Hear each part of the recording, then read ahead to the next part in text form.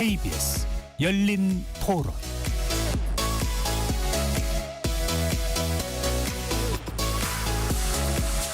안녕하십니까. KBS 열린 토론 배종찬입니다. KBS 열린 토론 매주 월요일 여야를 대변하는 네 분과 함께하는 여의도 내변인들로 여러분들을 만납니다. 오늘부터 2월 임시국회가 본격적으로 시작됩니다. 오전에는 이재명 대표가 교섭단체 연설에 나섰는데 이 자리에서 회복과 성장을 강조했고 정치 의제로는 국회의원의 국민 소환제 도입을 언급했습니다. 내일은 권성동 국민의힘 원내대표의 교섭단체 연설이 진행되는데요. 여야의 본격적인 사파 싸움이 시작됐다라고 하는 평가도 나오고 있습니다.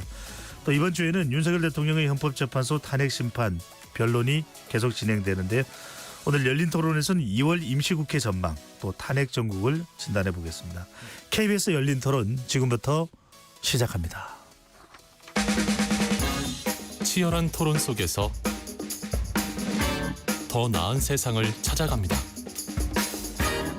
올바른 세상을 만드는 첫걸음.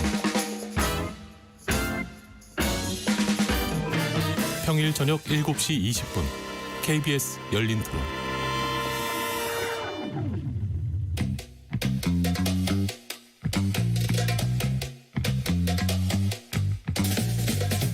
네 명의 대변인들이 함께하는 정치 현안 토크 여의도 내변인들.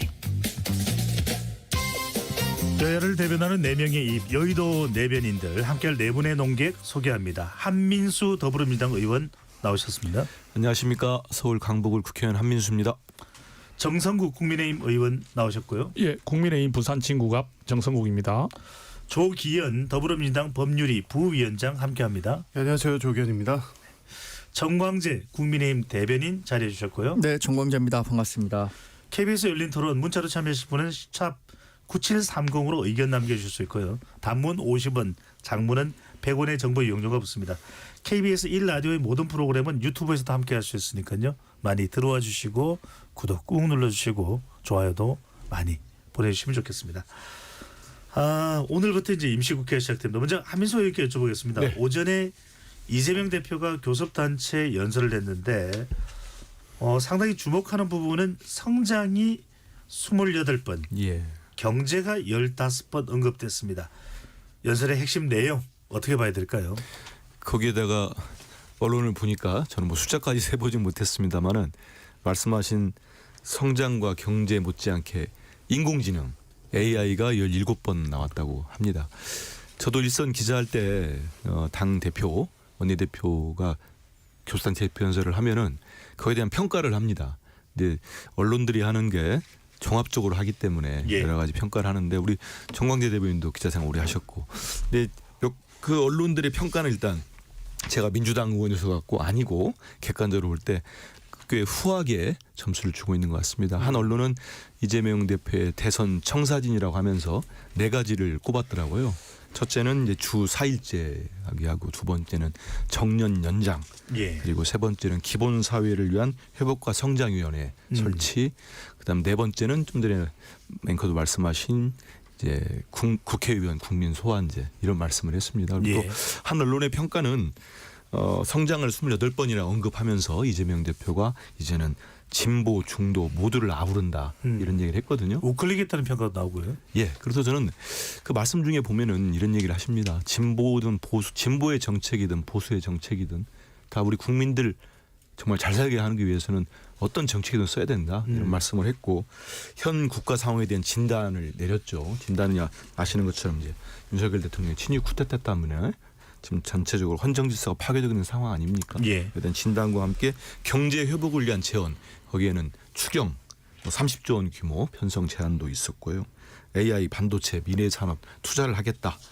그럼 신성장 전략도 A, B, C, D, E, F까지 해서 쭉 내놓으셨습니다.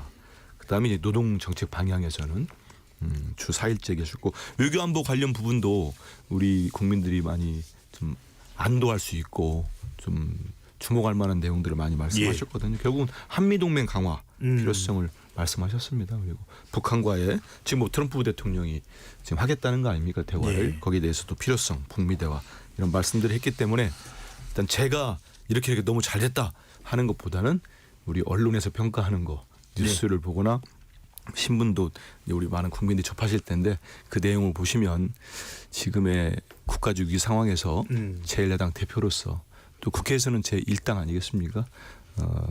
우리 국민들 어떻게 하면 일상을 빨리 되돌려드릴 수 있을지 그리고 다음의 미래 그다음에 거기에 대한 방향을 제시했다고 예. 볼 수 있습니다. 정치적으로는 중도 외연 확장을 작정하고 이 내용에 포함을 시켰다 이런 평가가 나오는데 국민의힘에서는 상당히 또 박한 평가가 나옵니다. 정성구 의원은 어떻게 보시는지요? 뭐 서로가 박한 평가하잖아요. 정 의원님은 안 그럴 것 같습니다. 예, 우리 한민석 대변인 뭐 기대해 주시니까 뭐 고맙긴 한데 그 뭐 이런 어떤 제안들을 다 비판한다 이런 건 아닌데 일단 좀 눈에 띄는 걸 보면 그 30조 원 규모의 추가 경정 예산 추경을 편성하자 제안을 하는데 좀 아쉬운 부분은 우리 지난번에 그 예산 결산할 때 이런 일이 안 생기도록 좀 미리 좀 예산 삭감 이런 것들도 좀 지나치게 안 하셨으면 좋았겠다는 아쉬움이 좀 있고요. 그다음 연금 개혁 같은 경우도 이것도 지금 뭐 논의를 계속 그 해오면서도 사실 손을 잘 안 댔어요. 사실상 방치해 둔 상황이 맞습니다. 뭐 그 우리 국민의힘의 또 잘못도 있겠죠, 책임도 있겠죠. 그리고 또 제일 지금 이제 이슈가 되는 거는 그 우리가 지금 말하고 있는 그 반도체 특별법에서 주 52시간 부분에 대해서 이재명 대표의 태도, 그때 기억나시죠? 그 이제 반도체 특별법 관련 토론회를 할 때 그때 이제 반도체 산업 연구 개발자에 한해서는 52시간 예외 조항을 전향적으로 수용할 것 같이 했어요. 진성준 정책위원장이 좀 이렇게 딱 끼어들 때 말을 딱 막으면서까지 이 좀 정말로 하나 이런 생각이 들었는데 오늘 그 말이 안 나오더라고요. 그 말은 안에서 좀 반발이 많았던 것 같아요. 특히 양대 노총이 반대하니까 또 살 빠지는 느낌입니다. 이런 식으로 하시면 이거는 말 그대로 우리가 말하는 진정한 어떤 우클릭이 아니고 보여지기식 우클릭이라고 비판 안 할 수가 없지 않습니까? 그래서 또 뭐 오늘 뭐 국회의원 국민소환제 그러니까 또 저희들 입장에서는 국민소환제 1호를 이재명 대표로 하자 이런 말을 또 하는 또 분들이 또 생기는 것이고 그래서 뭐 의견을 낼 수 있습니다. 야당 대표로서 이런 의견들을 낼 수 있는데 조금 이제 이재명 대표님은 제1야당의 대표인 동시에 170석의 국회의원을 이끄는 수장이시기 때문에 말의 무게와 책임을 조금 더 가지시고 정책을 발표하시고 그다음에 국민들에게 이슈를 던지시고 또 그게 책임지는 자세를 좀 보시면 좋겠다. 알겠습니다. 그렇게 좀 말씀을 드리겠습니다. 특히 이제 반도체 특별법에 좀 많이 모아지는 것 같아요. 이 부분 좀 네 분과 논의를 해보겠습니다. 정은지 대변인 어떻게 보십니까? 이 이재명 대표가 양으로 승부하는 시대는 같다면서 노동시간 연장에는 또 선을 긋는 듯한 발언을 했습니다. 자, 이 부분은 어떻게 보셨는지요? 이재명 대표의 고민이 굉장히 깊은 것 같습니다. 오늘 전체 연설을 보면 실제로 본인은 이제 우측으로 가겠다고 우측 깜빡이는 킨 지가 꽤 된 것 같아요. 그런데 우측 깜빡이 켜고 가려고 하니까 자꾸 왼쪽에서 가지 못하게 잡는 세력들이 있어요. 이 눈치를 보느라고 본인의 진심이 정말 무엇인지 잘 모르겠다라는 생각을 했습니다. 그러니까 지금 말씀하신 대로 오늘 그 연설하신 대로 그 연설 내용 너무 좋아요. 그런데 그것을 어떻게 실천에 옮길 것이냐 앞으로가 중요하다고 봅니다. 추경, 뭐 52시간제, 국민소환제 이런 것들 다 너무 좋은 말씀이신데 실제로 이재명 대표가 갖고 있는 진심이 뭐냐 이런 부분에 대한 의문을 제기하는 분들이 많은 거예요. 그래서 저는 이재명 대표가 갖고 있는 신뢰의 위기가 있다. 이런 부분을 지적하고 싶고 52시간제도 마찬가지입니다. 본인은 이거 생각해 보니까 반도체가 글로벌 경쟁이 너무 그 전쟁처럼 치열한데 우리만 이 52시간제로 딱 경직되게 묶어두면 안 될 것 같다는 생각을 하시는 것 같은데 당장 대선이 눈앞에 아른거리거든요. 그러니까 이거 그대로 가기에는 민주당의 가장 강력한 지지 기반이라고 할 수 있는 민주노총과 한노총에 이 반대를 어떻게 딛고 갈 거냐. 예. 이런 고민에서 아직 결론을 못 내리신 것 같아요. 조경 부위원장 어떻게 보십니까? 그래도 법적인 사항으로서 이제 주 50시간 제가 있는데 근로시간이 있는데 일각에서는 이걸 근로기준법으로 빼고 반도체 특별법만 통과시키면 되지 않겠냐라는 지적도 나오는데요. 그게 오히려 안 되는 거죠. 근로기준법을 개정을 하면 총 노동 시간을 또 늘리는, 그러니까 애초에 민주당이 선택할 수 없는 분야고, 이건 이재명 대표의 입장도 확고합니다. 그러니까 총 노동 시간이 지금 OECD 기준으로 거의 가장 높은 거 아닙니까? 네. 이제 지금 여기에서 반도체 특별법 논의를 계기로 해서 근로시간을 늘리는 쪽으로 가면 이건 아마 금방 그 OECD 최장 노동 지금도 그런데 더 확대되는 측면, 그건 안 되고 더 오히려 축소해야 된다는 게 민주당의 기본 입장인데, 반도체 특별법 같은 경우에는 이외에 뭐 AI 관련돼서 요즘에 시급히 대처해야 되기 때문에 보조금 지원의 근거를 마련하고 대통령 직속으로 위원회를 설치하고 등등 핵심적인 내용들이 다 있고, 그중에 하나가 52시간인데 그 업계의 요구가 있는 거는 분명한 현실이고, 실제 그래서 그 분야에 대해서 반도체 특별법 분야에 한해서 유연화시킬 수 있는 방법에 대해서는 논의를 해보자. 네. 업계 요구가 있으니까. 집중 시간제라든지 그렇죠. 또는 이제 총량적으로는 크게 변화가 없으면서 그 부분도 논의가 되는 것 같은데요. 그렇죠. 그러니까 노동 근로기준법을 건드리지 않고 반도체 특별법이기 때문에 여기서 예외 조항을 두면 가능하기 때문에 유연화가 가능할지에 대해서는 논의를 해보자라고 문제를 던진 거죠. 이걸 만약에 네. 다 계산했다면 뭐 대선 계산해서 던져봤다가 걷어들였다. 그럴 거면 아예 얘기도 안 했겠죠. 근데 반도체 특별법이 지금 여당 측에서는 52시간 문제를 붙잡고 계속 이것 때문에 통과가 안 되니까, 그렇다고 하면 현장의 목소리가 실제 그런지를 들어보고 그래서 이제 당내 토론회도 하고 한 거 아닙니까? 그런데 예. 실제 이제 왜 유연화를 집어 넣었을 경우에 총 노동시간 확대로 이어질 위험도 있고, 현장에서의 목소리가 실제 그런 방식을 통해서 유연화시키는 것이 현장의 목소리 그리고 현장에 반영 가능한 건지에 대한 추가적인 검토가 필요하니까, 알겠습니다. 일단은 반도체 특별법의 핵심 골간을 통과시킨 다음에 52시간은 따로 더 논의해 볼 수 있다. 이런 정도의 입장으로 논의를 하면서 이게 선에 가고 또 풍부해지는 과정이지, 이게 예. 던져봤다 철회하고 오른쪽으로 가려고 했다 다시 돌아오고 이런 거 아닙니다. 저도 한 좀 의원님 얘기를 잠깐만요. 할까요? 예. 권영세 국민의힘 비대위원장은 민주당과 노조 등이 반발하자 말을 바꿨다.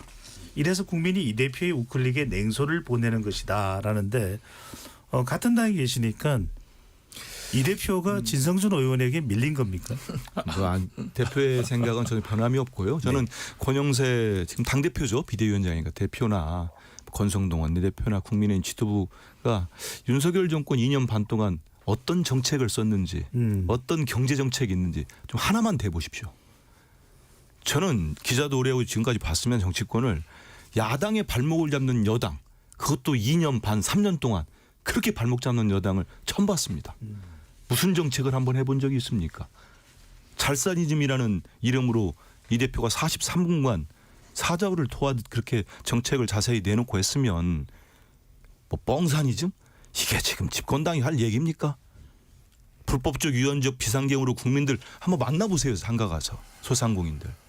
정말 먹고 살기 힘들어 죽겠다는데 그거를 추경하고 반도체 특별법을 또 연계시켜버려요. 국정협의체에서 회의에서 회의 안 하겠답니다. 이게 여당입니까? 오직하면 산당이라는 얘기가 나오겠습니까? 산에서 내려왔는지.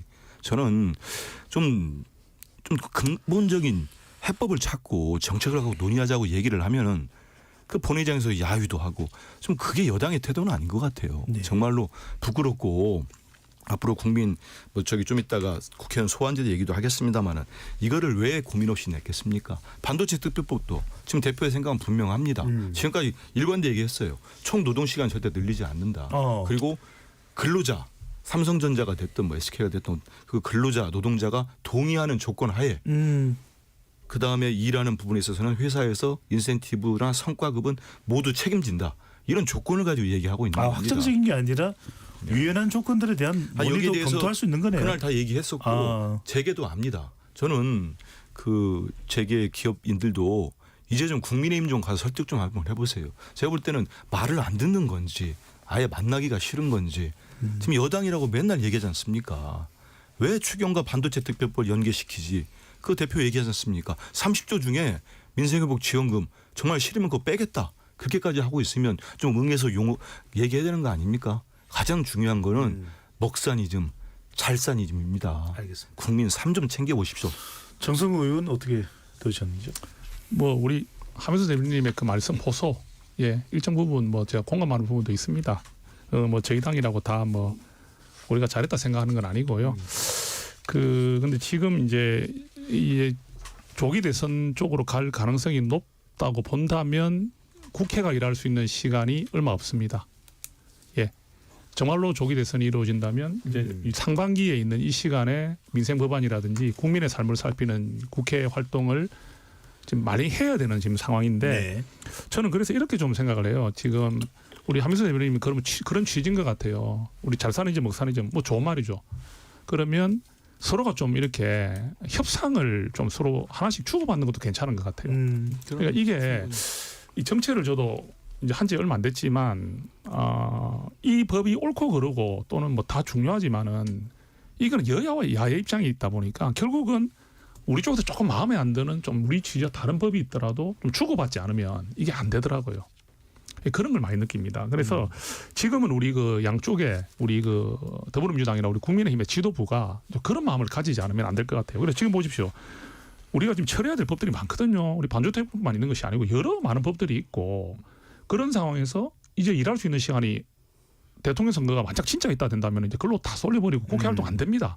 활동이 멈춰버립니다. 그래서 또 그 말씀은 제가 공감합니다. 제가 이제 우리 설날 때 부산 진국함 내에 있는 부전시장과 당감시장을 갔었는데 너무 장사가 안 되고 너무 힘들다는 이야기를 정말 예전하고 비교할 수 없을 정도로 힘들답니다. 그러면서 손을 꽉 잡으면서 정말 이거는 당을 따라서 좀 살게 해달라 하는 말씀 들었을 때 정말 국회의원으로서 정말 죄송했거든요. 그렇습니다. 이 목소리를 우리 정치권이 좀 들었으면 좋겠습니다. 예.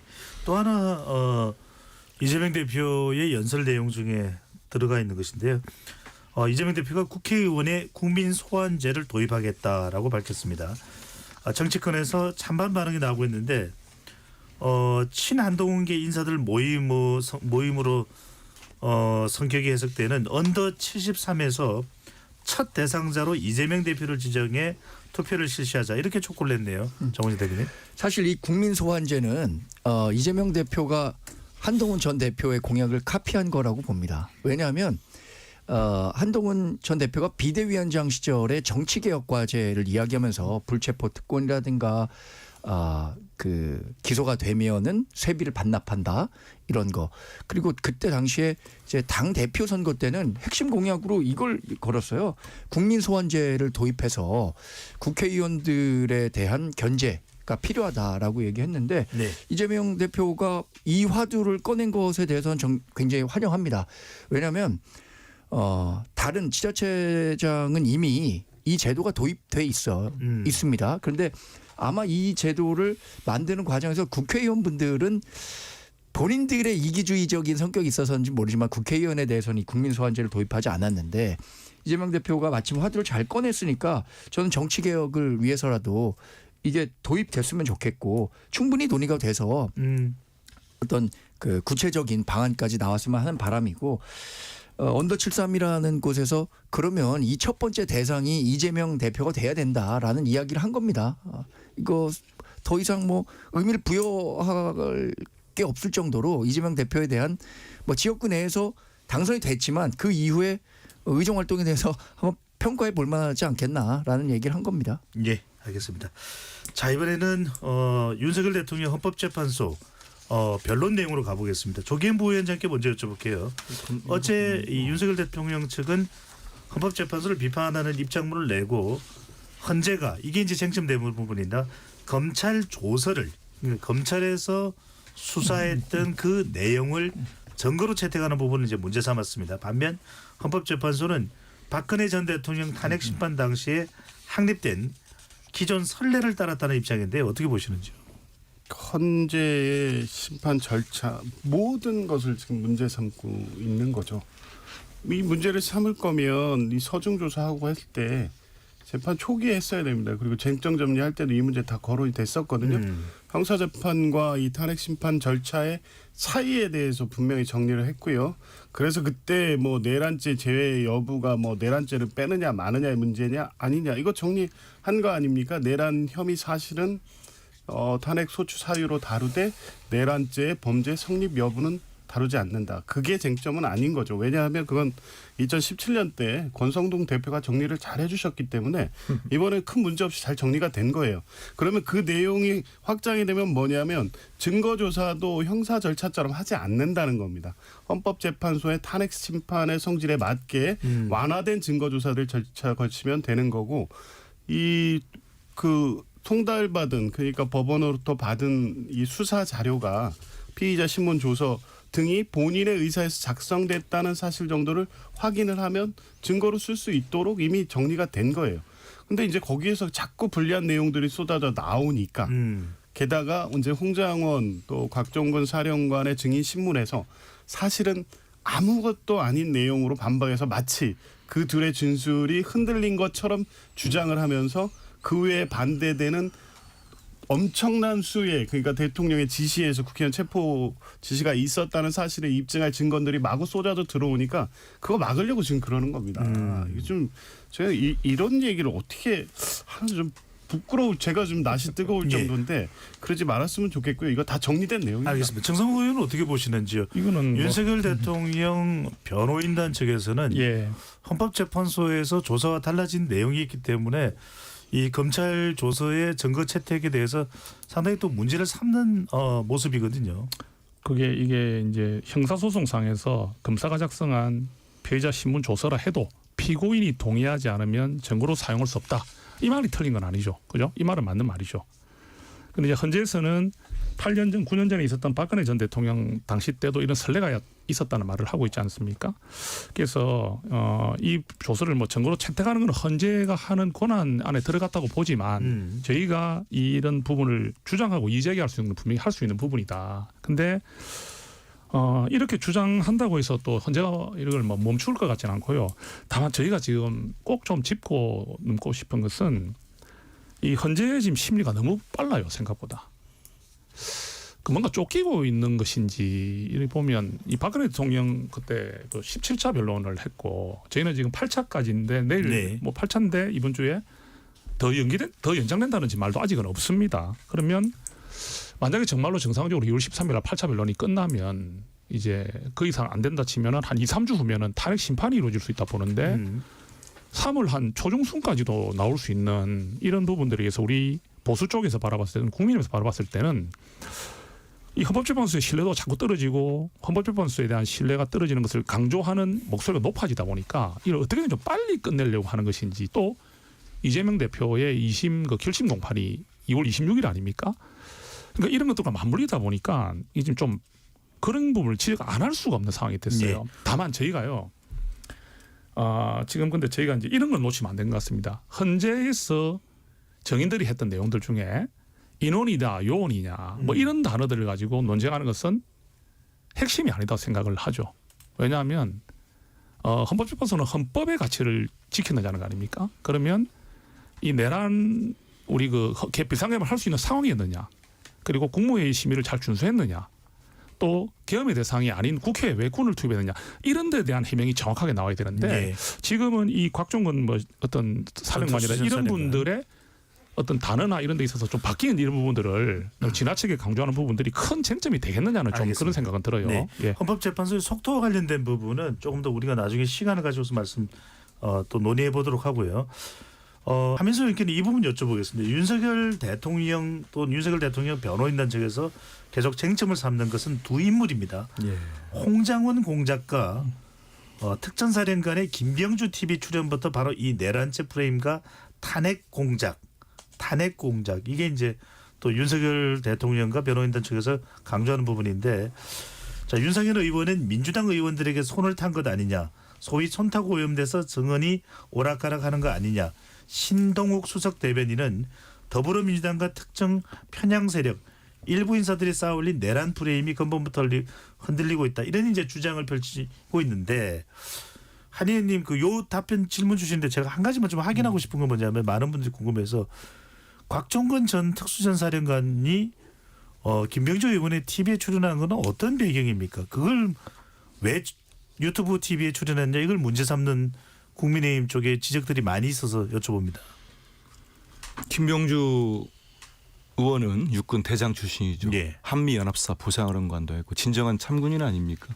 그리고 박선원 그 의원도 국정원서 오랫동안 차장까지 한 분이니까 12월 3일 이후에 이 특수전 사령관이랄지 당시 동원된 군 사령관들 당연히 국회의원으로서 진실이 뭔지 알아내고 취재하는 건 당연한 겁니다. 이렇게 한 거고 곽종근 사령관 얘기하잖아요. 그 김병주 의원 만났을 때 그때는 대통령 얘기를 자기가 통화한 내용을 그 충격적인 내용 있잖아요. 가서 문을 부수고 들어가도 끄집어내라 인원들을 그 내용은 얘기를 안 했다는 거 아닙니까?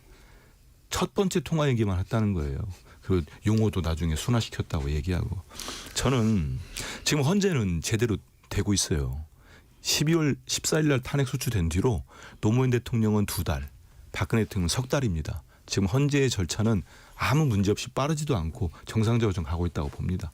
오로지 윤석열 내란 수괴 혐의를 받고 있는 윤석열 대통령과 그 변호인단이 흔들려고 밖에서는 국민의힘 의원들이 선동하고 갈라치기 하고 그게 문제죠. 저는 이 탄핵 공작이란 말을 현직 대한민국 대통령 입에서 나올지는 정말 꿈에도 생각 못했어요. 그러면 이 홍장원 국정원 1차장과 곽종근 특수전 사령관, 특전사령관 민주당이 임명했습니까? 윤석열 대통령이 다 임명한 사람이에요. 이 특전사령관 같은 경우는 김영현 전 국방장관이 여러 차례 식사하면서 대통령에게 충성을 다할 장군입니다. 그 4명 중에 한 분입니다. 소개한 사람입니다. 그럼 이분이 왜 진실을 밝히겠습니까? 도저히 이건 있을 수 없는 일이니까 그것도 자기 부하들 명예도 지키고 하겠다는 거 아니겠습니까? 이런 상황인데 이건 계몽령이 말이 됩니까? 정말 치욕을 느낍니다. 저는 이 내란 세력들이 그 윤석열 대통령 변호의 계몽령이라고 할 때 우리 국민을 뭘로 보는 겁니까? 알겠습니다. 그런 위법적인 계엄으로 대한민국을 완전히 망쳐놓고는 지금 이게 뭐하는 계몽령? 아무 일도 일어나지 않았다? 거기에 이어가지고 이번에는 탄핵 공작? 정말 부끄럽지 않습니까? 알겠습니다. 이거는 역사와 국민이 정말 단죄할 겁니다. 네. 조경 부위원장께 여쭤봅니다. 이 대통령의 5차, 6차 변론에서 또 쟁점이 됐던 것은 이전에도 나왔던 이야기입니다만 바로 이 곽종근 전 사령관의 이 발언 끄집어내라. 인원들을 밖으로 끄집어내라. 이렇게 이야기를 했고 곽종근 전 특수전 사령관은 이 인원들을 국회의원으로 이해를 했다. 이렇게 재차 헌법재판소에서 발언을 했는데 이게 중요한 쟁점이 됩니까? 그러니까 국회의원들을 끄집어내란 말아가 헌법재판소의 대통령의 탄핵 인용이냐 또는 탄핵 기각이냐의 결정적인 쟁점이 될 수 있는 부분인가요? 뭐 중요한 쟁점이긴 합니다. 왜냐하면 국회의원을 끄집어내라는 것은 국회 계엄 해제 결의를 무력화시키기 위한 것이니까 국회의 헌법상 기능을 불가능하게 만드는 행위. 내란의 이 혐의 사실인 거고요. 국회의 기능을 중지시킨다는 측면에서 위헌이죠. 그러니까 헌법상의 상권 분리 원리를 위반한 것이고 뭐 대단히 중요한 쟁점이긴 한데 뭐 내용 사실 인정의 인원이냐 요원이냐 이게 상식적으로 지금 뭐 말이 안 되는 거죠. 그게 인원이라는 표현 가지고 이게 뭐 또 할 말이 없으니까 지시대명사로 안 쓴다 뭐 이렇게 얘기하는 인원은 원래 예. 지시대명사 아니고요. 그냥 명사입니다. 그냥. 그러니까 이거를 어떻게 사용하느냐 그 사람의 이 어법이나 말투나 그 전에 어떻게 썼는지를 보면 되는데 대통령은 그날 나는 인원이라는 말을 안 쓰고 사람 이렇게 쓰는다 이렇게 얘기했는데 그 뒤에도 거의 같은 비슷한 상황을 설명하면서 인원이란 말을 4번이나 쓰시잖아요. 그러니까 본인의 말을 본인의 말로 부정하고 스스로 거짓말이라는 걸 자꾸 확인시키고 있는데 이게 쟁점인 것처럼 만들려고 하는데 안 되죠. 곽종근 사령관의 진술은 대통령의 통화에서의 이 관련된 내용은 정확합니다. 의결 정족수가 안 채워졌다. 문을 부수고 들어가서 끄집어내라. 그러면 국회의원 끄집어내란 얘기죠.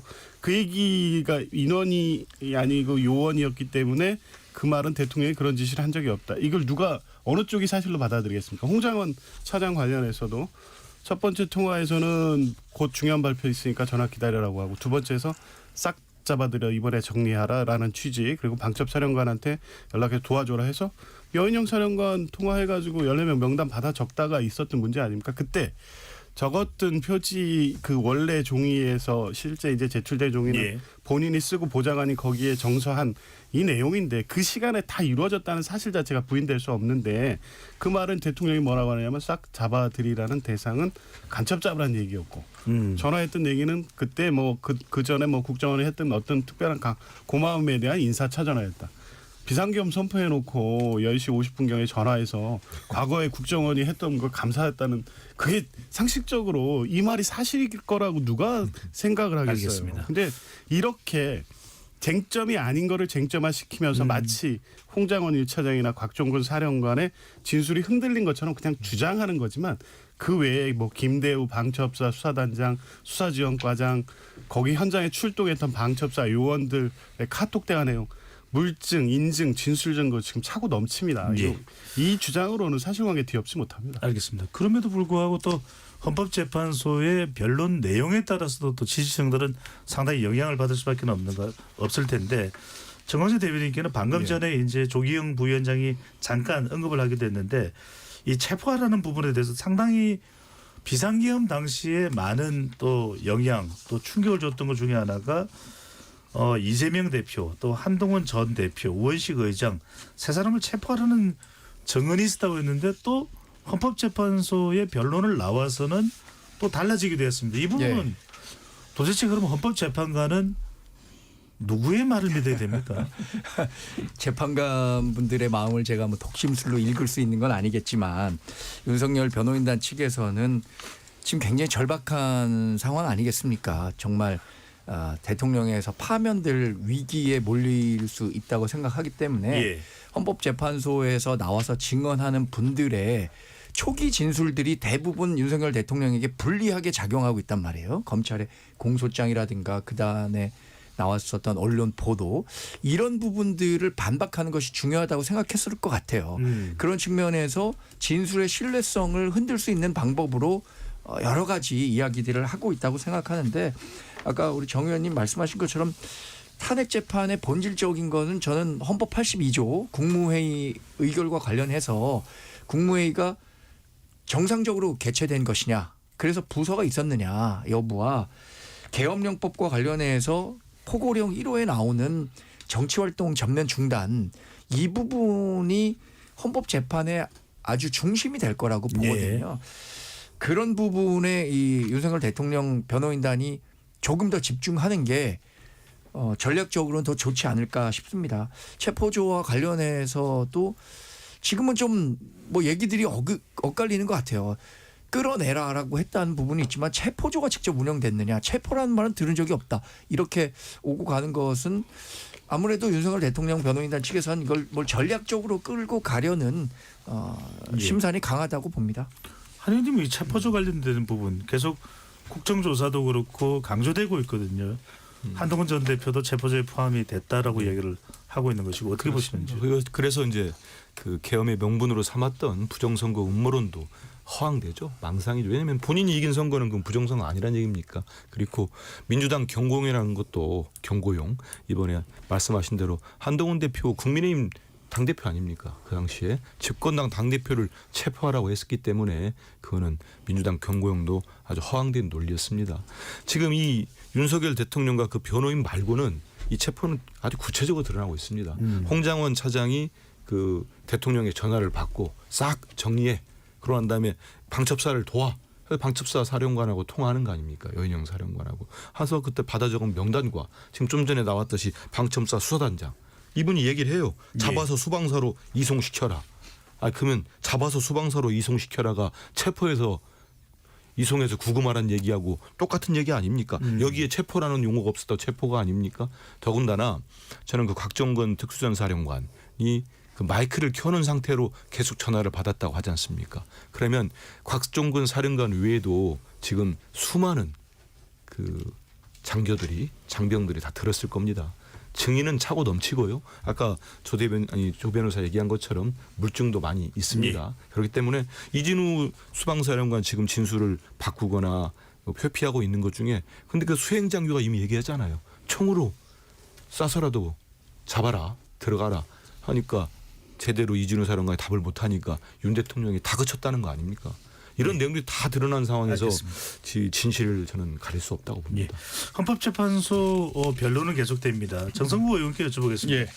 11일 내일이죠. 또 예. 13일 각각 7, 8차 변론이 열리는데 이상민 전 행안부 장관 또 신원식 국가안보실장이 참석을 하는데 두 사람에게는 어떤 부분이 가장 쟁점이라고 봐야 될까요? 그 이상민 전 장관은 비상계엄 선포 직전 열린 국무회의에 참석했죠. 참석했다는 것은 그 국민의 상황에 대한 적법성을 밝혀줄 수 있는 인물입니다. 아까 제가 말씀드렸죠. 우리 정광재 대표님도 말씀드렸는데 사실 이 탄핵의 인용이냐 기각이냐 결정적인 것은 국무회의의 심의를 제대로 거치느냐도 굉장히 중요한 사항입니다. 그런데 지금 한덕수 전 권한대행 같은 경우도 국무회의가 정상적인 절차를 거치지 않았다는 부분들을 이야기를 하고 있거든요. 예. 사실 또 부서도 없잖아요. 그죠? 그런 상황이기 때문에 이상민 장관에게는 반드시 이 부분을 확인을 잘 해야 될 것 같고 또 이제 정말 중요한 게 하나 있죠. 언론사. 단수 단전 관련 단전 내용입니다. 단수. 예. 예. 이 부분이 그럼 언론사를 단수 단전하는 이런 부분들은 이 정말 이게 이 확인이 가능할지는 모르겠는데 아마 뭐 안 밝힐 가능성도 높죠. 증언을 거부할 확률이 좀 높다고 봅니다. 그런데 이런 부분들이 지금 계속 증언으로 나오고 있기 때문에 이 부분을 확인하게 되는 것이고요. 그런데 또 이 왜냐하면 그 이상민 장관 이게 좀 중요하죠. 김용현 전 국방부 장관이 비상계엄에 동의한 국무위원이 있었다고 했습니다. 그죠. 우리 그때 그 대통령과 김용현 장관이 그때 나와서 증언할 때 저도 그때 좀 놀랬던 거는 분명히 저는 지금까지 많은 그 국무회의 참석한 분들이 비상계엄에 참석한 사람 단 한 명도 없다는 식으로 늘 인식을 해왔는데 예. 김용현 장관이 처음으로 했던 말이 비상계엄에 동의한 국무위원이 있었다는 말을 했단 말이죠. 여기 누구냐 물어보니까 공개할 수 없다 그랬습니다. 이 부분도 확인을 해야 될 것 같아요. 근데 제가 판단하기에는 일관되게 다른 국무위원들이 하고 있는 말은 전부 다 비상계엄 안 된다 했다니 그쪽에 또 심의에서 실린다 보겠습니다. 또 신원식 실장 같은 경우는 사실 우리 저도 그 운영위원회 하민수 대변인 그 국회 운영위원회 들어갔을 때 이 계엄에 대해서 이야기 나올 때 저도 있지도 않을 일을 가지고 왜 이야기하냐고 정말 저희 국민의 의원들 많이 좀 민주당 몰아세운 건 사실이고 또 그래 당연히 다 그래 할 수밖에 없을 없었죠. 거라고 생각했죠. 그러니까. 저도 그랬거든요. 아니 계엄이란 뜬금없는 소리를 해서 윤석열 정부를 흠집내는 당신들 이게 국회의원 맞냐는 식으로 저희도 호통 많이 쳤어요. 그런데 나중에 사과했죠. 신원식 실장도 거기서 제 기억에 운영위원회에서 뭐랬냐면 계엄은 있을 수 없는 일이다 했거든요. 그런데 본인이 그 기상계엄은 절대로 있을 수 없다는 식으로 국회에서 했는데 실제로 이게 있었잖아요. 계엄이 이제 벌어졌단 말이죠. 그러니까 신원식 실장도 이 계엄에 대해서 어느 정도 알겠습니다. 관여됐는지 그러니까 확인을 하지 않겠습니까? 국가안보실장의 자리에 네. 있으니까 어느 정도 그 상황을 파악하고 있었는지에 대한 그 부분이 예, 상당히 중요하죠. 밝혔겠네요. 예. 일부 시간이 많지 않아서 지금 여쭙고 싶은 것은 많은데 입으로 조금 돌려놓고 하나만 조기현 부위원장께 더 여쭤보겠습니다. 13일 출석자 중에서 가장 눈에 띄는 증인이 조성현 전 수도방위 사령관입니다. 이건 이제 대통령 쪽도 아니고 국회 쪽도 아니고 헌법재판소가 채택한 유일한 증인인데 헌법재판소가 조 전 수도방위 사령관을 불러서 어떤 내용을 확인하려고 하는 것일까요? 국회의원 끌어내라는 임무를 해달받았다고 진술한 그 수방사의 지시를 받은 단장이기 때문에 예. 아마 그 부분을 확인하려고 하는 것 같습니다. 지금 뭐 국회의원 체포 지시와 관련해서 워낙 뭐 대통령 측이 말도 안 되는 논리로 부인을 하고 있다 보니까 이 부분에 대해서 가장 객관적인 입장에서 확실하게 증언해 줄 수 있는 증인으로 본 것 같고요. 말씀 도중에 죄송합니다. 제가 직위를 잘못 이야기한 것은 전 수도방위 사령관이 아니고 단장인 거죠. 예. 네네 죄송합니다.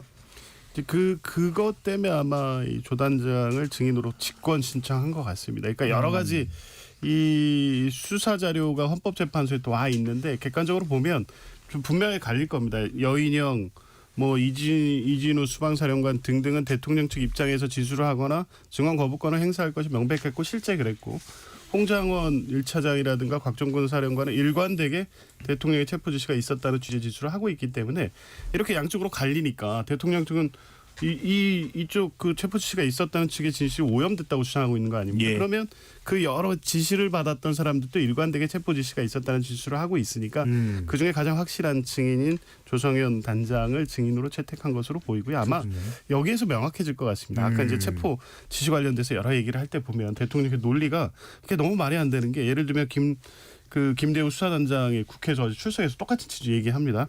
잡아서 이동시켜라 수방사 벙커로. 그러면 체포 지시를 했냐 그러면 체포라는 말은 쓰지는 않았다.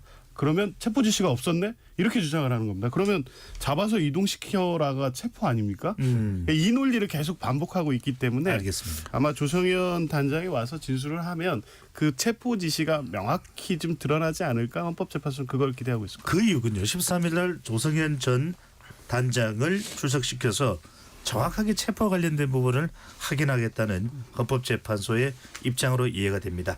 잠시 로고 듣고 와서 2부로 이어가겠습니다.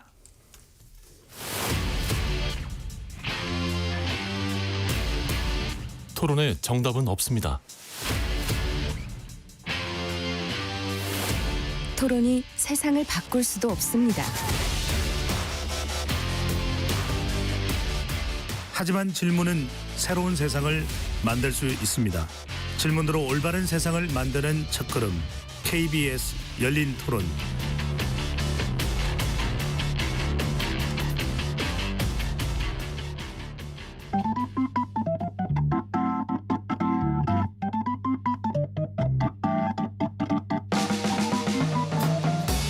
세상을 바꾸는 질문, 열린 토론이 시작합니다. KBS 열린 토론은 언제나 열려 있습니다. 단문 50원, 장문 100원의 유료 문자 샵 9730 그리고 KBS 어플리케이션 콩으로 여러분의 의견을 남겨주세요. KBS 열린 토론 2부 이어가겠습니다. 여의도 내변인들 시간입니다. 스튜디오에 정성국 국민의힘 의원, 한민수 더불어민주당 의원, 정광재 국민의힘 대변인, 조기현 더불어민주당 법률위 부위원장 네 분과 함께하고 있습니다. 지금 또 하나 쟁점 중에 하나가 바로 부정선거 관련된 부분입니다. 네. 계속해서 윤석열 대통령 변호인단 측은 부정선거 관련해서 입증할 부분이 있다 이렇게 이야기를 하고 있고 실제 이건 최근에 보수층 유권자들로부터 상당히 이 뭐라고 말씀드려야 되나요? 팬덤 같은 인기몰이를 하고 있는 전환길 일타 강사와도 관련된 부분이 될 수도 있는데 내일 백종옥 전 국가정보원 3차장 그리고 김용빈 중앙선거관리위원회 사무총장이 정인으로 출석합니다. 헌법재판소에. 자, 이 부정선거 공방 계속 끊이지 않고 있고 여론상으로도 상당히 좀 지지층들을 결집하는 데 영향을 주고 있다. 이런 또 평가가 나오는데 한 의원님 말씀 듣고 정성국 의원님 말씀까지 듣겠습니다. 전형적인 망상이죠. 이제 그 망상을 우리 젊은층이나 국민들 사이에 있는 여러 가지 단 특정 국가에 대한 혐오 이런 것들이 다 버무려지면서 계속적으로 선동을 하고 갈라치기를 하고 있습니다. 가장 앞장선 분이 지금 내란 우두머리 혐의 받고 있는 윤석열 대통령이죠. 나오는 증인들 보면은 백종옥 차장은 23년도에 그 선관위 보안 국정원 차장이니까요. 점검했던 인물 중에 하나고 네. 그다음 김용빈 중앙선관위 사무총장은 국회 본회의도 몇 번 나오셨습니다. 이분은 윤석열 대통령과 서울법대 동기입니다. 그 친구를 사무총장 보냈다고 당시에 여러 논란이 있었지 않습니까? 근데 이분마저 이렇게 얘기합니다. 부정선거는 절대 있을 수도 없고 없었다. 제가 이 공부를 하면서 자료를 찾아보니까 참 이 화면에 보여드리기는 20대 대선 때 국민의힘 팩트체크라는 대대적인 홍보물이 있습니다. 예. 여기 보면은 중앙선관위 해킹, 투표수와 투표수 조작 가능, 불가능. 투표함이나 개수기 조작 가능, 물음표 쓰고 불가능. 사전 투표함 바꿔치기 가능, 불가능. 이거 한번 보십시오. 그리고 윤석열 대통령 사진 나옵니다. 저도 첫날 사전 투표 하겠습니다. 국민 여러분 걱정하지 마시고 사전 투표해 주십시오. 그런데 지금 집권당 국민의힘 당대표라는 분은 사전 투표에 대한 얘기를 끄집어냈습니다. 이거 어떻게 봐야 됩니까? 정말 적어도 여야가 다툴 수도 있고 정치에 여러 성격이 있기 때문에 말싸움도 할 수 있습니다. 하지만 이런 국가 근본을 흔들어 대 가지고 얄팍한 뭐 지지 좀 얻고 기득권 놓지 않겠다는 게 맞습니까? 알겠습니다. 제가 오늘 너무 답답해 가지고 여기까지 준비해 왔습니다만 이게 불과 22년도 대선 때입니다. 이렇게 만들어서 국민들에게 뿌렸습니다. 지금 자기들 주장하는 거 일체 불가능하다고 다 적었어요. 2022년요. 네. 2012년 3월 9일 대선 됐습니다. 지금 한민서 의원께서 어떻게 봐야 됩니까라고 물어보셨으니까 정 의원님 어떻게 봐야 됩니까? 저희 국민의힘도 부정선거론을 인정한다 말한 적 없어요. 들어보신 적 없잖아요. 우리 국민의힘은 공식적으로 부정선거를 의심하고 부정선거에 대해서 파헤치겠다고 한 적 없습니다. 그런데 당 대표가 사전 투표 점검해봐야 된다는 거. 이때까지 공식 입장이 아니고요. 네. 정 의원님 말씀 끝나고 한 의원께 기회 드리겠습니다. 네. 지금 근데 이제 대통령께서 좀 일관되게 그 계엄의 이유로 부정선거를 거론하고 계시잖아요. 그러니까 더불어민주당의 입법 폭주, 국회 기능 마비, 국회를 통해서 행정부 기능 마비시키고 선관위의 문제점, 부정선 문제점을 계엄의 이유로 지금 들고 있습니다. 그러다 보니까 그런 이야기들이 계속 호소가 되다 보니까 우리 어찌 보면 대통령을 지지하거나 또 강성 지지층의 입장에서는 이 부분에 대해서 이제 목소리를 내고 있는 입장이죠, 그죠? 예. 그리고 또 대통령께서 직접 말씀하셨어요. 선관위에 군을 투입한 것은 내가 지시했다. 본인이 직접 말씀하셨단 말이죠. 그만큼 이 계엄과 이 부정선거, 이 선관위는 지금 이거는 뗄래야 뗄 수 없는 지금 이제 상황이 된 것이죠. 여기 특히 백종욱 전 국정원 차장 같은 경우는 2023년 국정원의 선관위 보안 정범에 참여한 인물이었는데 시스템의 취약점이 확인됐다고 밝힌 적이 있어서 예. 그래서 취약점이라는 것 자체가 부정선거라고 연결시키는 그렇지만 분명히 그 선거 시스템이 조금 취약했다는 부분을 말한 적이 있기 때문에 이 부분에 대해서 아마 7차 변론에서 집중 변론을 갖다가 알겠습니다. 하는 것 같습니다. 이거 중요해서 정광재 대변인께 다시 한번 더 여쭤보겠습니다. 대변인이시니까. 네네. 국민의힘에서 지금 이야기하고 있는 부정선거 관련해서는 부정선거였다고 보는 겁니까? 부정선거 의심이 가니까 검증을 해보자는 이야기입니까? 근데 부정선거였다라고 주장한 적은 한 번도 없고요. 의혹이 있는 부분에 대한 이야기를 하는 개별 의원들이 있습니다. 그런데 지금 공식적인 입장은 사전 투표와 관련해서 이게 제도적인 흠결이 좀 있다. 어떤 이야기냐면 본투표와 사전투표가 너무 멀리 떨어져 있다. 그리고 실제 선거운동 기간이 14일밖에 안 되는데 선거운동 기간을 대폭 줄여놓는 효과가 있기 때문에 사전투표를 없애고 이 제도적 개선을 통해서 오히려 본투표의 기회를 늘려보자라는 의견들을 많이 갖고 계신 걸로 알고 있고요. 관련해서는 이제 본격적으로 민주당과도 논의를 좀 해보고 싶다는 생각이 있는 것 같아요. 근데 민주당은 잘 모르겠습니다만 사전투표는 본인들에게 굉장히 유리하다고 지금 생각할 것 같아요. 실제로 경험적으로 그렇게 작용해 왔으니까. 그래서 선거법과 관련해서 일말의 어떤 뭐 논의의 여지도 없다고 생각하겠지만 우리 당은 여튼 이런 사전투표가 맨 처음에 고안됐을 때는 참정권 확대라는 측면에서 좋은 역할을 했는데 실제 하다 보니까 본투표와의 괴리가 분명히 발생한다. 그 괴리를 좁히는 쪽으로 제도를 개선하자는 쪽의 의견을 지금 제시하고 있습니다. 우리 당은. 네. 조계현 부의장은 어떻게 보시는지요? 왜요? 왜 사전 투표를? 아니 사전 투표가 본투표 선거 운동 기간 14일밖에 안 되는데 이 사전 투표는 거의 4, 5일 전에 진행되기 때문에 투표 운동 기간을 10일밖에 안 되고 본 투표와 발생하는 그 여론의 변화를 충분히 반영하지 못할 수 있다는 얘기를 하고 있는 거죠. 그게 이제 그런데 이 사전 투표가 도입될 때는 그 부분에 대한 이 정책 고려도 다 된 거죠. 왜냐하면 사실상 선거 운동은 예비 후보자 선거운동 때부터 허용되는 거 아닙니까? 그러니까 14일의 선거운동 기간에 국한되는 선거운동이 아니기 때문에 사전투표를 통해서 먼저 투표를 해도 충분히 유권자의 선택권을 보장한다는 정책적 고려를 다 했던 것이고요. 이 사전투표를 그렇게 접근한 문제의식에서 한 5걸음쯤 더 나가면 이게 부정선거 음모론으로 바로 연결이 됩니다. 5걸음쯤 안 나가는 거죠. 그러니까 자기들이 만든 거예요. 그러니까 이거를 자꾸 문제 제기를 이 시기에 하면 할수록 알겠습니다. 자꾸 부정선거 음모론에 편승하는 것 같이 비춰지니까 그런 오해를 안 받으시려면 지금 얘기하시면 안 되고 대통령 측은 딱 하나 말씀. 이 대통령이 직접 선관위 투입을 지시했다고 하고 관련된 증인들이 나오지 않습니까? 이 사건 헌법재판소에서 다루면 다룰수록 탄핵 사유는 명백해집니다. 그럼에도 불구하고 이걸 들고 오는 이유는 지지자들한테 이 메시지를 계속 헌법재판을 통해서 드러내겠다 이 목적인 알겠습니다. 겁니다. 요 주제는 여기까지 하고요. 방금 전에 이 조기현 부위원장이 지지층에게 호소하는 것이다 이렇게 얘기를 하셨는데 김기현 전 대표와 추경호 전 원내대표 등 의원 5명이 오늘 윤석열 대통령을 접견했습니다. 이 자리에서 대통령은 비상계엄 선포는 대통령 판단의 근거에 이루어졌다. 헌법 절차 범위 내에서 모든 것이 이행됐다. 이건 이전의 메시지와 크게 다르지는 않습니다. 특히 이 주목하는 것은 청년들이 나라의 주인이라는 의식을 강하게 가지고 있다는 소식을 들어서 다행이다. 정윤님 어떻게 이해를 들을까요? 최근에 이 뭐 청년 보수가 결집한다 이 부분에 대한 대통령의 메시지일까요?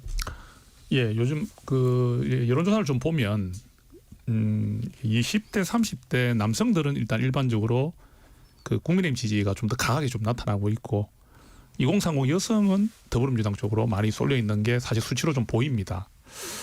또 근데 이 광장에 나와서 직접 이렇게 뭐 시위를 하거나 탄핵 인용과 탄핵 기각을 주장하는 분들의 그에서 청년들이 좀 더 많이 보이고 이런 걸 가지고 정확하게 청년이 남성 청년들은 뭐 어찌보면 뭐 우리 쪽으로 이렇게 다 하고 있다 이렇게 좀 받아들이기는 좀 무리가 있는 것 같고요. 분명히 이런 건 있는 것 같아요. 저 대통령도 이렇게 좀 생각을 하고 싶습니다.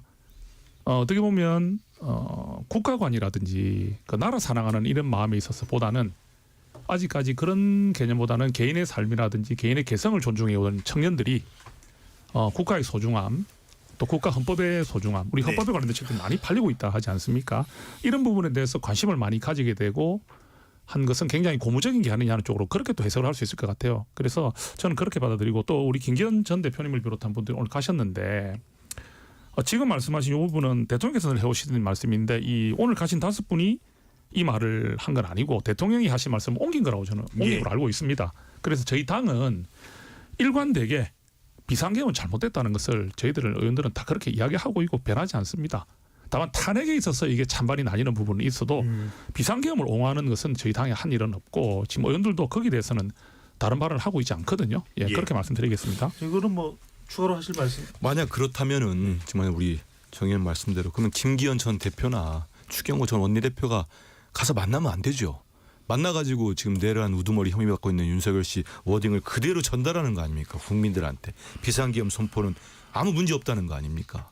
그리고 대통령 그 관저에 있을 때 메시지 내가지고 함께 싸우겠다. 그 뒤로 어떻게 됐습니까? 서부지법에 폭동 사태가 벌어졌습니다. 63명이 재판에 넘어갔고요. 62명이 구속됐습니다.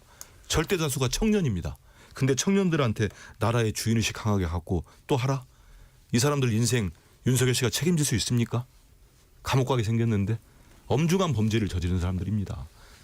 윤석열 대통령이 정말이라도 일말의 양심이 있으면 이런 메시지 내시면 안 돼요. 저는 저분이 지금까지 이렇게 나라를 힘들게 하고 우리 국민들 장사하시는 분들 직장인들 모두 잠도 못 자게 만들어 놓은 거에 대해서 진솔되게 사과한 적 있습니까? 정말 무릎 꿇고 사과한 적 한 번도 있습니까? 아무것도 없잖아요. 그런데 찾아오는 사람들 저는 윤석열 씨는 철저하게 본인만 생각하는 사람 같아요. 옆에 이제 김건희 여사까지 살리려고 하는 것 같은데 그런 자기 계산으로 청년들 이용하는 겁니다. 그래서 저는 지금이라도 국민의힘이 정말 비상계엄 모두 반대하고 잘못됐다고 생각하신다면은 한 번으로 가시면 안 돼요. 가서 윤석열 씨 만나가지고 이런 얘기를 계속 전달하는 거 아닙니까? 네, 알겠습니다. 자, 이야기를 좀 주제를 바꿔보겠습니다. 정광재 대변인께 예. 문재인 전 대통령이 언론을 만나서 인터뷰한 것이 지금 또 큰 주목을 끌고 있습니다. 윤석열 검찰총장 발탁 이유에 대해서 당시에 나하고 조국 민정수석이 검찰개혁에 너무 꽂혀 있었달까. 그래서 윤 후보자를 선택했는데 그 순간이 두고 후회가 됐다. 이런 발언을 지금 이 시점에 꺼내던 배경을 어떻게 봐야 될까요? 그래서 저는 왜 이 시점에 문재인 전 대통령이 특정 매체와 인터뷰를 했을까 이 부분을 고민해 봤습니다. 왜냐하면 본인은 잊혀진 존재로 남고 싶다.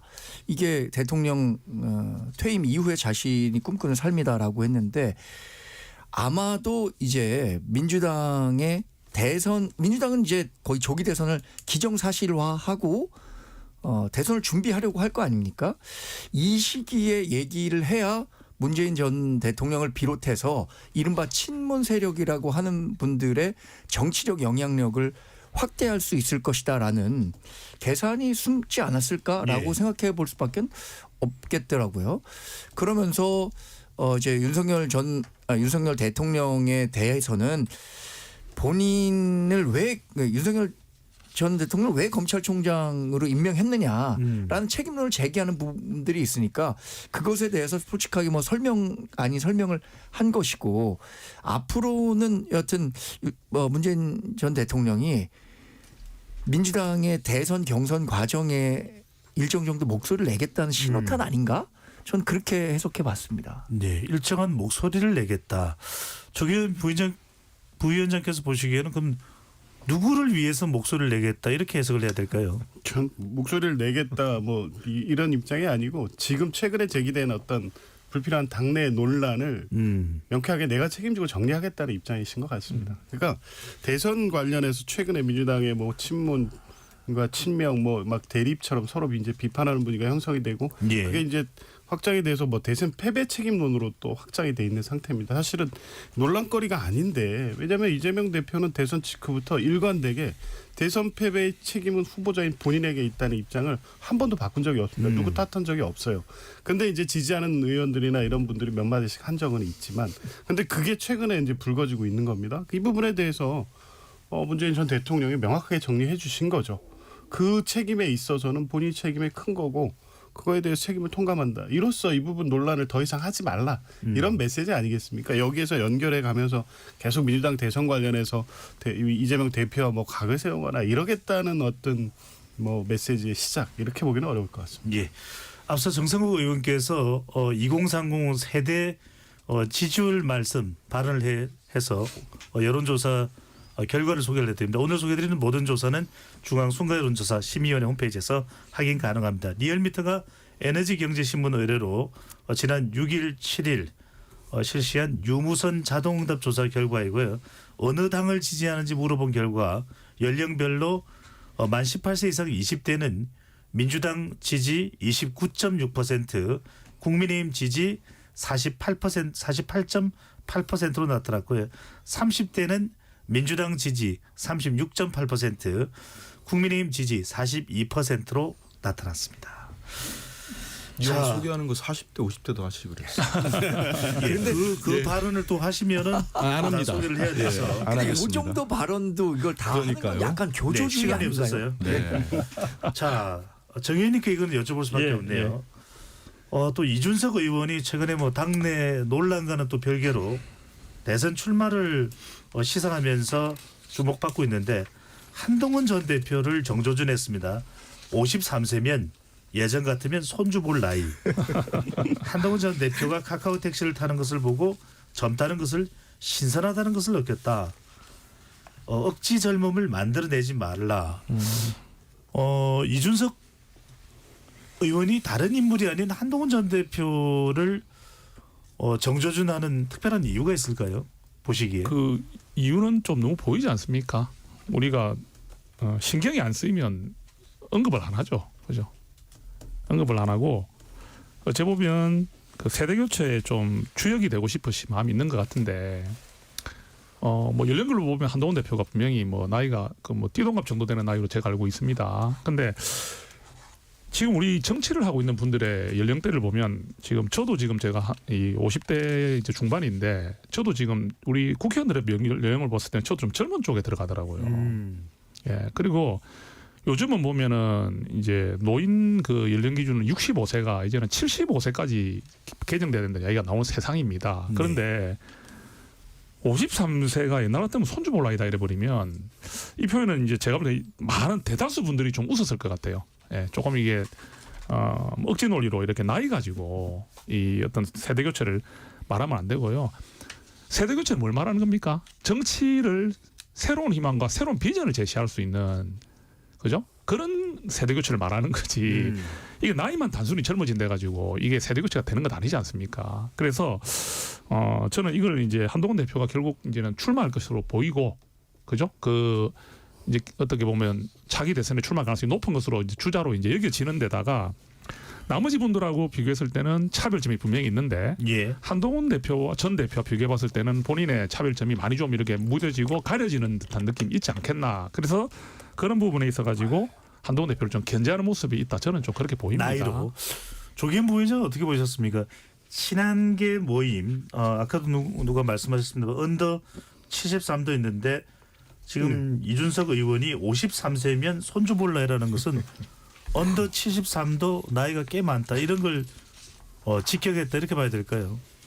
제가 언더 73 얘기 처음 나왔을 때 제가 72년생이라 기분이 별로 안 좋기는 했는데 이준석 의원 말 지금 좀 어이가 없습니다. 지금 이 대선 경쟁자 때리면서 본인의 지금 존재 가치를 내세울 만큼 한가한가요? 지금 허은하 그 전 대표와의 이 갈등으로 개혁신당 예. 풍비박산 나게 생겼습니다. 이게 단순히 당내 갈등이 문제가 아니라 이준석 의원의 이 정치력과 정치적 한계 그리고 문제 이 부분이 적나라하게 드러나고 있는데 대선 주자로 선언했다고 해서 또 그런 경쟁을 한다고 해서 지금 당내 이 분란으로 인해서 이 이준석 의원이 입고 있는 정치적 상처 극복 못한 상태로 지금 치닫고 있는데 지금 이렇게 한가하게 세대 갈라치기 비슷한 비판하면서 대선만 바라보고 갈 때인가 싶은 생각이 들었습니다. 네. 자, 이재명 대표 이야기 아까 시정연설한 내용도 상당히 주목을 받았습니다. 또 한편으로는 김경수 전 지사가 복당하면서 통화를 했는데 다양성 이야기가 나왔다. 또 문재인 전 대통령의 메시지에도 다양성 이야기가 나왔는데 어제입니다. 임종석 전 비서실장은 SNS를 통해 지난 대선 당내 통합 못한 정도 아니라 밀어내기 바빴다. 대표 옆에서 아첨하는 사람들이 한 표도 더 벌어오지 못한다. 이렇게 얘기를 했습니다. 그러면서 유시민 전 장관이 유시민 작가라고 또 호칭을 하기도 합니다. 비명 주자를 놓고서 인물평을 한 것을 두고 고민정 의원이 또 맞대응을 하게 됐습니다. 한민수 의원 이건 어떻게 봐야 될까요? 일단 아까 우리 조기현 변호사가 예. 문재인 대통령 인터뷰를 당내 상황으로 봤기 때문에 저는 거의 잡게 하나 더 첨언한다면 저는 그 인터뷰 보면서 문재인 전 대통령이 윤석열 대통령이 이번에 비상경험 내란 사태에 큰 충격을 받았구나. 그래서 결국은 본인이 검찰총장까지 발탁했으니까 거기에 대한 자괴감, 후회, 국민에 대한 죄송스러움을 밝혔다고 봅니다. 예. 당내보다는 국민들에게 한 메시지였고요. 지금 말씀하신 거는 글쎄요, 이제 언론에서 이제 한 말씀들 하시면 그건 이제 갈등으로 쓰려고 하고 저야 다 아시는 것처럼 친명으로 분류되지 않겠습니까? 근데 제가 지금까지 쭉 겪어온 우리 대표나 말씀은 그 비공개 회의 때도 그게 결국 언론까지 나갔습니다만 예. 너무 예민하게 반응하지 말라고 몇 차례 말씀하시더라고요. 그러면서 의원들도 당연히 다양성이 있고 여러 가지 민주정당인데 누구든지 무슨 말을 할 수 있다. 그런 기조가 확실하기 때문에요. 그리고 이번 이제 조기 대선이 실시된다면은 당연히 화합과 포용, 연대의 기치가 저는 크게 작용할 거라고 보고 있습니다. 그렇기 때문에 서로가 누구 이렇게 좀 거친 용어를 쓴다든지 과격한 말씀 쓰는 거는 자제할 필요가 있어 보입니다. 예. 근데 유시민 작가가 상당히 또 강하게 비명계 이 유력 인물들에 대해서 또 직격을 하면서 이제 고민정 의원도 맞대응에 나서는 그런 상황인데 정광진 대변인은 어떻게 보셨어요? 저는 유시민 작가가 친명 그러니까 이재명 대표의 후임 무사로 활동하겠다라고 선언하는 건 좋은데 그런데 실제로 이렇게 인상 비평 유력 그 민주당 내 정치인에 대해서 인상 비평을 하는 식으로 해서는 그게 이재명 대표에게 본인이 의도한 것처럼 호위무사로 작동할 수 있을까라는 점에 대해서는 좀 의문입니다. 그러니까 임종석 전 실장이 얘기하는 것처럼 이렇게 하는 게 한 표라도 이재명 대표에게 더 도움이 될 수 있을 것 같지가 않아서 고민정 의원도 좀 이렇게 감정적으로 대응한 것 같아요. 오늘 박수현 의원이 두 분 다 너무 감정적으로 이렇게 얘기하는 건 좋지 않다라고 얘기한 것 같은데 예. 박수현 의원의 이야기한 것에 크게 동감합니다. 알겠습니다. 남은 시간이 한 3, 4분 정도 채 못 남았는데 아까 정성구 의원께서 그 헌법재판소의 속도를 이야기해 주셔가지고 조경 부위원장은 지금 헌법재판소의 변론 일정 등 속도가 빠르다는 지적 부분 어떻게 보시는지 1분 30초 드리겠습니다. 실제 전혀 빠르지 않죠. 박근혜 대통령 탄핵 절차에 비해서도 변론 기간을 잡는 주기라든가 실제 뭐 증인을 채택하는 뭐 숫자라든가 서중 정리하는 과정 전체를 보면 전혀 빠르지 않습니다. 거의 비슷한데요. 근데 문제는 이게 몇 차 변론기일까지 가고 종결을 하고 결정을 할지의 이제 변수는 남아 있습니다만 아마 헌법재판소는 이제 8차 그러니까 올해 이번 주 8차까지 진행을 한 다음에 추가적인 증인 채택 여부를 검토를 할 겁니다. 그 외에 이제 증거조사 내지 증인 신문이 없다고 하면 2월 말에 결론 나도 이게 너무 서둘러서 빨리 결론 내는 게 아닙니다. 왜냐하면 박근혜 탄핵 심판 절차 같은 경우에는 쟁점이 대단히 복잡했습니다. 여러 가지 탄핵 사유와 관련해서 지금 그 윤석열 대통령과 비교할 수 없을 정도로 여러 가지 사실관계가 얽혀 있었고 예. 탄핵 소추 사유 또한 이제 그랬기 때문에 그래서 17차 변론까지 갔지만 지금 이제 국민들이 보다시피 윤석열 대통령 탄핵 소추 사유의 쟁점은